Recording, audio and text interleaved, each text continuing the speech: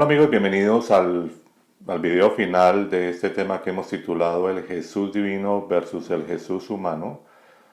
Ya vamos a terminar con este tema. Ha sido un poco largo, no era la idea hacerlo tan largo, pero es un tema que realmente amerita profundizar en algunas cosas. Así que vamos a terminar lo más rápido posible para darle, digamos, prioridad también a otro tipo de temas que incluso algunos de los suscriptores me han sugerido. Y de paso un saludo a los suscriptores y gracias a aquellos que se interesan en diferentes temas. Pero bien, sin más preámbulos, vamos a hablar sobre la personalidad de ese Jesús, que muchas veces en las historias tradicionales o en esas historias repetitivas cada año, solamente se habla de lo mismo pero no se cuentan algunos otros aspectos. O por ejemplo, la mujer cananea. Es una historia que no se analiza con más profundidad en el sentido de lo que podríamos, digamos, tener en cuenta qué pensaba Jesús sobre los gentiles. De hecho, los israelitas de esa época, e incluso los de esta época también, tienen el mismo concepto, es decir, el gentil es alguien inferior, es una raza prácticamente inferior, lo tienen en un concepto menos que un ser humano, prácticamente lo tienen en un concepto como de un animal y cosas así, y eso es lo que vamos a mirar en esta historia. Por ejemplo, Mateo 15, del 21 al 28, nos habla precisamente de una mujer cananea que se acerca a Jesús gritando prácticamente para que la escuchara y sus seguidores o discípulos se incomodan y le dicen, ¿por qué no la despides? Y ella sigue gritando de que su hija está, que tiene un demonio. Y él no, completamente no le pone atención, la evita,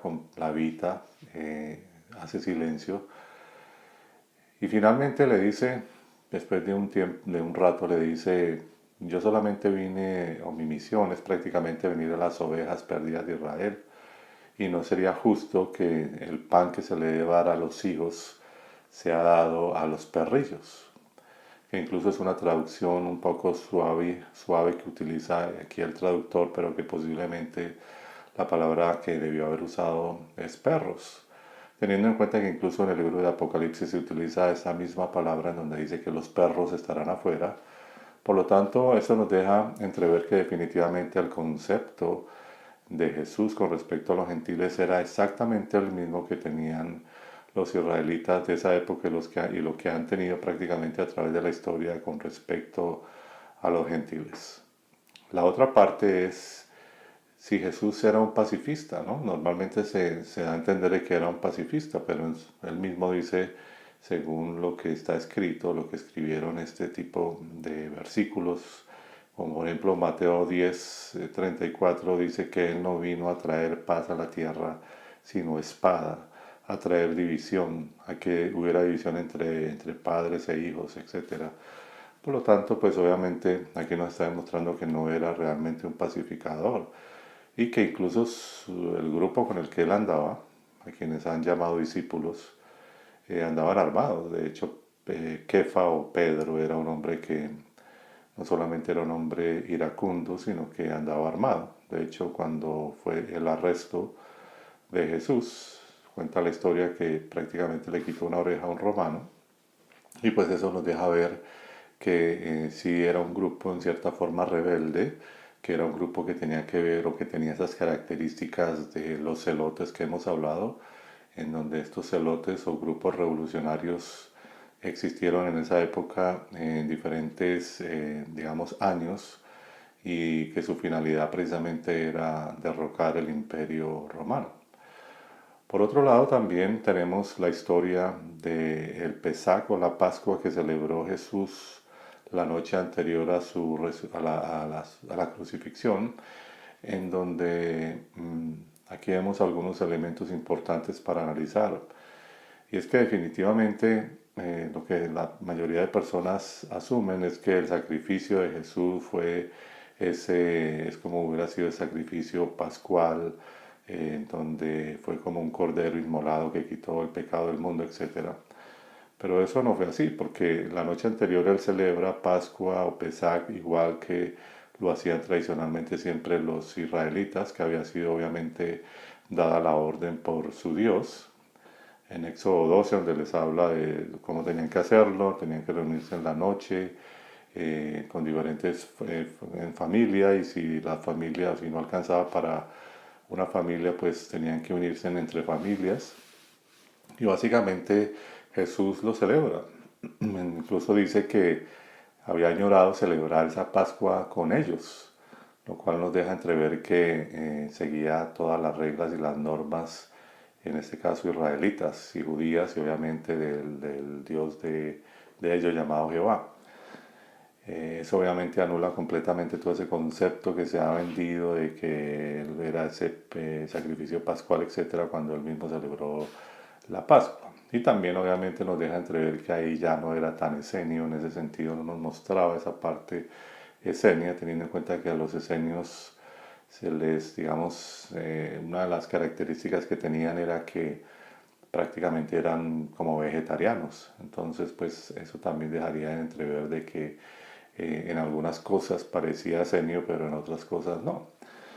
Entonces, pues son cosas a tener en cuenta. La otra parte es el arresto, pero también hay que tener en cuenta que obviamente todo esto que hablan de la última cena, hablando de lo anterior, realmente no debería llamarse la última cena, sino debería llamarse la celebración de Pascua de Jesús, etcétera. Y ahora hablando sobre el arresto, en este arresto pues vemos algunas incoherencias, como por ejemplo que fue juzgado ante el Senadrín primero de noche, cuando realmente el Senadrín no podía primero reunirse de noche. Que era el Senadrín? Era un grupo de personas que eran los que tomaban las decisiones, los que juzgaban. Era una especie de jueces, estaba prácticamente formado por 71 personas, pero que esos juicios no podían celebrarse en semanas de celebraciones israelitas. Y sabemos que esa semana era una semana en donde estaban celebrando la fiesta de los panes sin levadura y bueno, todo lo que hacían el Pesach y obviamente el Sabbat. Entonces todo ese tipo de cosas nos deja entrever de que ahí hay incoherencias, ¿no? No podía ser juzgado por el Senadrín de noche, no podría menos en ese tipo de celebraciones. Por lo tanto, pues ahí vemos una incoherencia en ese aspecto. Sin embargo, cuenta la historia que fue llevado donde Poncio Pilatos, pero Poncio Pilatos nos hacen ver como a un hombre un poco humano que se preocupa y que ve que este hombre es inocente y que no ve de que hay que juzgarlo y todo este tipo de cosas que nos hacen ver, pero cuando uno mira la historia, precisamente este hombre fue enviado a ese territorio porque era un hombre implacable, era un hombre prácticamente sanguinario, era un hombre frío, era un hombre que odiaba fuertemente a los judíos. Y obviamente todo este preámbulo que hacen de que tuvo una conversación con Jesús y que se tomó su tiempo, todo eso nos pareciera que es una invención completamente teniendo en cuenta la personalidad de este hombre, que no le interesaba para nada escuchar absolutamente nada con respecto a los judíos y que no iba a dar todo ese tiempo ni todo este tipo de cosas. Entonces todo esto de que se lavó las manos, etcétera, pues nos parece más una añadidura de parte de esa historia, en donde vemos que los que dictaban las leyes romanas eran hombres completamente fríos y que no estaban realmente interesados en absolutamente nada que tuviera que ver con la parte judía. Ahora, después de que he llevado precisamente a este territorio o a este sitio llamado La Calavera o el Gólgota, es que ese sitio tenía una característica y era que allí todos los que iban y eran acusados de cualquier cosa en contra del Imperio Romano morían definitivamente, y que era considerado ese sitio llamado así de esa manera porque los cuerpos se dejaban allí crucificados por días hasta que prácticamente las aves de rapiña se comieran la carne, devoraran sus cuerpos, y por eso era llamado el lugar de la calavera o el Gólgota. O sea, era un sitio terrible donde llevaban a muchas personas y que eso era prácticamente como una especie de ejemplo que ponían los romanos para que la gente que se sublevaba contra ellos se diera cuenta de lo que les esperaba en caso de que alguno osara prácticamente ir en contra del imperio. Entonces, pues todos esos elementos son importantes tenerlos en cuenta y que en el caso de Jesús, por lo que se le acusó, fue precisamente por sedición. Es decir, que es ese concepto de un grupo de rebeldes que se revela precisamente contra un sistema o contra un gobierno, y ese fue prácticamente el delito del que se le acusó a él, de sedición, y que es muy factible que eso haya sido sencillamente porque de una u otra manera representaba con su grupo todo este tipo de celotes, en cierta forma representaban lo que era la parte rebelde contra el imperio, y todo lo que atentara contra el imperio pues obviamente tenía que pagar sus consecuencias. De ahí que hayan puesto ese letrero en griego, en hebreo y en latín, donde dicen aquí Jesús, el rey de los judíos, porque ese fue el mayor delito, ¿no? Supuestamente considerarse el rey, y al ser el rey de los judíos, pues obviamente estaba prácticamente interfiriendo con todo lo que tenía que ver con los emperadores romanos, y no podía nadie, ni siquiera de otra raza, ni de otro tipo de estructura cultural, siquiera osar llamarse rey. Entonces, digamos que ese fue prácticamente el mayor delito, ¿no? Ahora, con respecto a lo que tiene que ver todo con la crucifixión, hay algunos aspectos que vamos a analizar, y es que, número uno, no podía ser Jesús ese sacrificio pascual, primero porque ya habían celebrado Pascua precisamente la noche anterior, porque obviamente si fuera la Pascua, pues los judíos tendrían que estar en sus casas, no mezclados con romanos, no podrían estar en ese momento ahí, tendrían que estar en su actividad únicamente ellos. Así que esto no tiene, está completamente fuera de contexto. La otra parte es que un ser humano no podía expiar el pecado del mundo, de acuerdo a lo que el mismo Jehová enseñaba, porque lo que les enseñó a este pueblo fue esta fiesta o esta celebración, no sé cómo le pueden llamar a la celebración, Yom Kippur, que es día de la expiación, donde prácticamente era una matazón de animales terribles, y que esa era la única forma en que se aceptaba, digamos, el perdón de los pecados, y este pueblo repetía eso cada año, y lo vienen haciendo bueno, por muchos siglos, y de hecho él le dijo que eso era una fiesta perpetua, o sea que nunca terminaría. En ningún momento le dio a entender que un ser humano podría tomar ese lugar. La única forma era que, o sea, la única forma de que él aceptaba sacrificios humanos era para otras cosas, pero no o nunca ha sido para expiación del pecado. Entonces, bueno, esta es una entidad bastante rara, ¿no? Carnívora, extraña, que ya lo hemos hablado en otros videos, pero que de hecho eso no tenía absolutamente nada que ver. Entonces aquí ya hay un enfoque completamente malo con respecto a eso, un enfoque que no tiene nada que ver con lo que se le ha hecho entender a la humanidad. Ahora, lo curioso es que ahora, esto era algo para los israelitas, todas estas celebraciones, Yom Kippur, todo esto, eso no era para el resto de las personas o de las razas que habían alrededor, sino únicamente para este pueblo. Y eso es a veces lo que no se entiende. Todavía como que le han metido mucho a las personas este concepto universalizado, cuando en realidad todo esto prácticamente es algo muy cerrado para este pueblo. En fin, la otra parte tiene que ver eh, con esta contradicción, ¿no? De que supuestamente el cordero tenía que ser sin defecto, sin mancha, y sin embargo se ha enseñado que Jesús fue el cordero sin mancha, pero a la vez resulta que aquel que era colgado en un madero era considerado maldito por Jehová. O sea, que si era maldito, era considerado maldito por Jehová, ¿cómo podía ser un cordero sin mancha? O sea, era un poco una contradicción, y de hecho algo que pasa allí también es que el cuerpo de Jesús fue pedido rápidamente. ¿Y cuál fue la razón? Muchos piensan que era que porque era la Pascua, que porque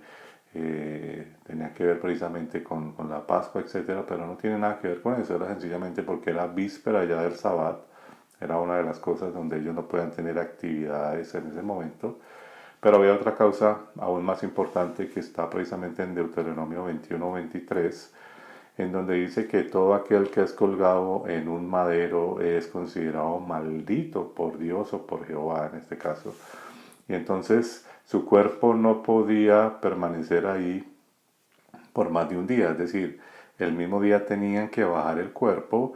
enterrarlo para que no fuera prácticamente como una especie de maldición. Entonces, ese fue, digamos, el afán en este caso de bajar el cuerpo. Ahora, aquí nos preguntamos es cómo las autoridades romanas permitieron eso, teniendo en cuenta que los que en ese momento estaban dando, digamos que habían determinado este juicio y todo lo que hicieron fue precisamente eh, los romanos y que pues era muy raro que ellos permitieran eso, teniendo en cuenta que todos estos cuerpos, como mencioné anteriormente, tenían que estar ahí por días hasta que fueran prácticamente devorados por aves de rapiña y por eso pues era considerado, como decía ese nombre, ¿no? El Gólgota o el sitio de la calavera. Entonces pues era un poco extraño de que se haya permitido eso, pero bueno, suponiendo que se permitió de todas maneras, ahí vemos que las razones fueron precisamente por guardar esa misma ley de Jehová. La otra parte tiene que ver con la famosa tumba de Jesús, en donde genera algo extraño, y es que ese tipo de tumba, donde vemos ahí que le colocaron una piedra, que alistaron su cuerpo, que lo dejaron prácticamente en un sitio dentro de ese lugar, como una especie de bóveda, eso era considerado para gente prácticamente rica, no era para cualquiera. De hecho, actualmente viene siendo lo mismo. Han pasado más de 2000 años y para que alguien sea enterrado de esa manera tiene que ser alguien que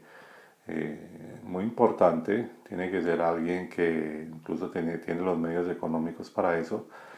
Y entonces es algo un poco extraño que, de acuerdo a lo que hablamos anteriormente, de que ese cuerpo tenía que ser enterrado el mismo día,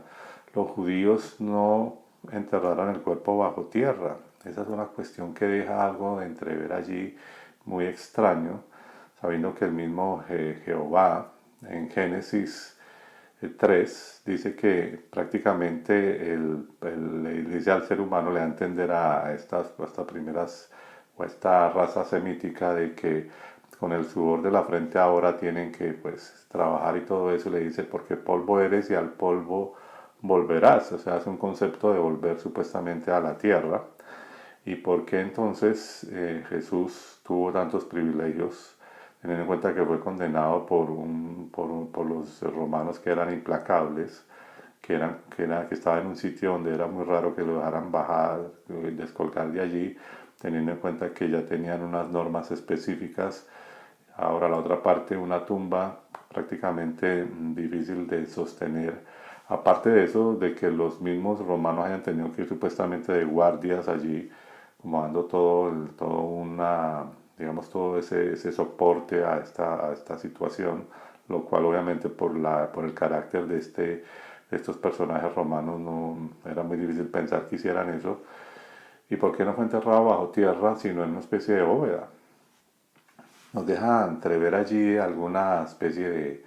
de cuestión extraña, ¿no? Porque obviamente eso es lo que deja la puerta abierta de muchos de decir de que pudo haber sido una farsa todo esto, porque en un lugar como eso, donde se podía remover la piedra y sus discípulos se lo podían llevar, como supuestamente dice la misma historia de que eso era lo que podían pensar, pues obviamente no entendemos por qué no siguieron la ley estrictamente, teniendo en cuenta que tenía que ser enterrado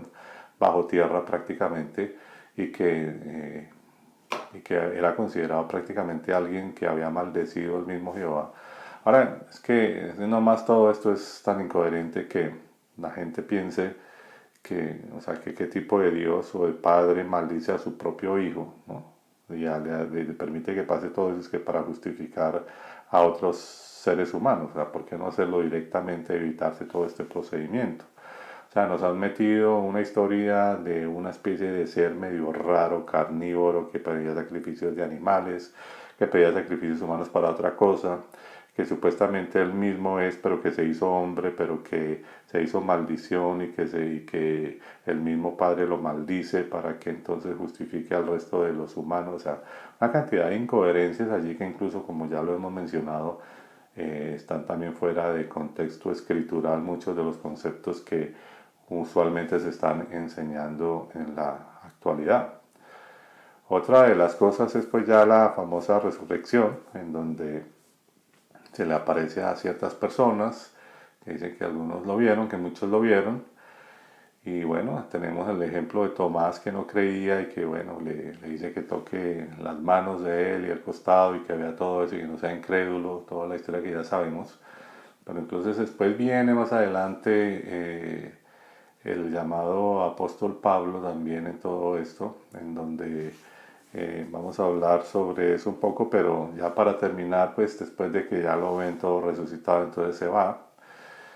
Y uno dice, bueno, pero ¿cómo en una época tan, digamos, tan atrasada, ¿no? Comparada con nuestra época, cómo se fue levitando, vino una nave, se lo llevó, qué fue lo que pasó, qué fue lo que vieron? O sea,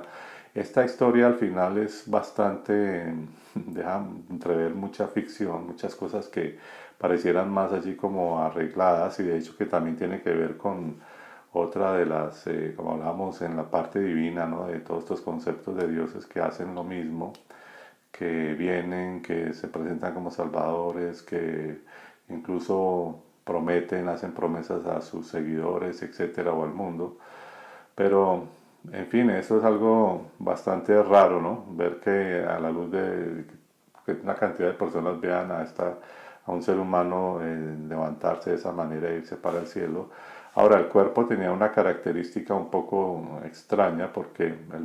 precisamente este mismo personaje llamado Pablo, que después viene y prácticamente extiende todo este mensaje, es el que más prácticamente universalizó toda esta historia, teniendo que era un hombre que no solamente era hebreo, sino también romano, y que pareciera más bien como alguien que vino a universalizar este concepto y que viene a enseñar sobre la resurrección y empieza a hablar sobre todo esto y que si el verdadero mensaje, que si no hay resurrección entonces vana es la fe de ellos, etcétera, cuando en realidad vemos aquí un concepto bastante extraño con todo esto que dijimos porque el concepto mesiánico nunca tiene que ver con una resurrección. Para los judíos el concepto mesiánico o ese Mesías que esperan es un rey que gobierne para siempre de Jerusalén y que tome el control sobre todas las naciones, prácticamente un orden mundial bajo un rey, pero no ese concepto de resurrección y todo eso que vino después prácticamente con este personaje que nunca estuvo con Jesús y que fue el que más escribió y que solamente, digamos, lo que le contaron, lo que dijo, incluso llegó a decir en algunas partes mi evangelio, ¿no? Lo que yo pienso, etcétera. Entonces aquí vemos una cantidad de cosas que están fuera de contexto y que pues habría mucho más que decir, pero realmente no quisiera extenderme más en este tema. Lo único que podemos decir es que definitivamente tanto el Jesús divino como el Jesús histórico tienen muchas cosas de incoherentes y que hay muchas cosas que no encajan, incluso escrituralmente, históricamente. Y que si existió este personaje, lo más posible es que fue prácticamente un Mesías más que pasó por Israel en esa época, pero que todo esto que se le ha, digamos, adjudicado a través de la historia se ve más como una forma de crearlo de parte de tanto hebreos como de romanos. Así que amigos, pues ya dejamos este tema allí. Prácticamente esto serán videos que quedarán allí para que realmente le interese sobre este tipo de temas. Y pues eso es, el Jesús divino versus el Jesús histórico, que realmente es una formación de ambas partes, generando un personaje en donde, digamos, de una u otra manera han logrado manipular a muchas personas y hoy día pues hay muchos conceptos que no se analizan, sino que básicamente es una historia que ya se aceptó en muchos sectores como verdadera y que a pesar de tantas incoherencias muchas veces se sigue adelante con este tipo de personajes y no se nos haría raro que en otros 2000 años surja otro tipo de personaje y también, digamos, lo lleven a esa misma altura de divinidad. Creo que el ser humano siempre sigue buscando ese tipo de personajes. Bueno amigos, como siempre les agradezco por ver este video. Yo soy Leonardo Coronado para Mundo Despierto y no olvides suscribirte a mi canal de YouTube para recibir más videos. Nos vemos en un próximo video.